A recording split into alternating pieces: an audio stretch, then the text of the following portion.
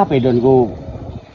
Dadine apik, ora rugi nek ngangeli, nek ngragati. Weh.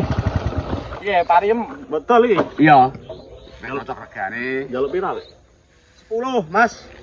Pari kok njaluk 10 ngene rupane iku lho. Duit talung. Loh, iki nek rong ton metu kok. Wis ngerti rong ton metu, tapi rupane iku lho ana putih, ana ireng, ana abang. Kudune nak wernane padha tuwa ngono kae lho, kuning-kuning kabeh. Wani aku 10 juta. Wis ah. 7,5 ya.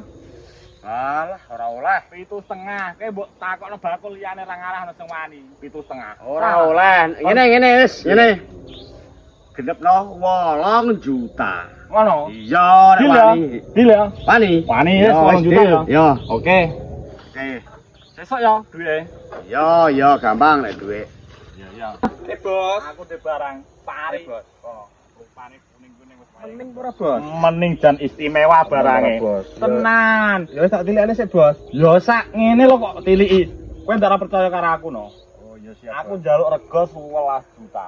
Nak rong tone metu. Wani. Wani, Bos. Mosok awakmu ora percaya karo Ya, aku. Bos. Oke? Deal ya. Deal. Masuk. Di parine mau. Oh, iya apik ya. Lemu. Wah, iki ya. 3 ton yo entuk iki. Lumayan ah. Untuk dadi luwung iki. Masuk, Bos. Masuk. Hei, Mas. Pak. Wa apa kowe nek kene iki wa apa? Nebas pari. Iki pari kok kok. Kowe tuku karo sapa? Aku karo Mas Agil kowe lho. Kanca aku le, Bos. Iki gedeni sing ngene tuku karo aku. Iya. Kowe tuku pira? Murah, Bos. Pira? Tak tuku 11 juta, Bos. 11. Iya. Wah, kowe bodoni bakul sing kancanem iku. Ya ora apa-apa, Bos. Iki entuk 3 ton, Bos. Yo. Tak dongakno dobate. Oke, siap, Bos. Aku sing bingung.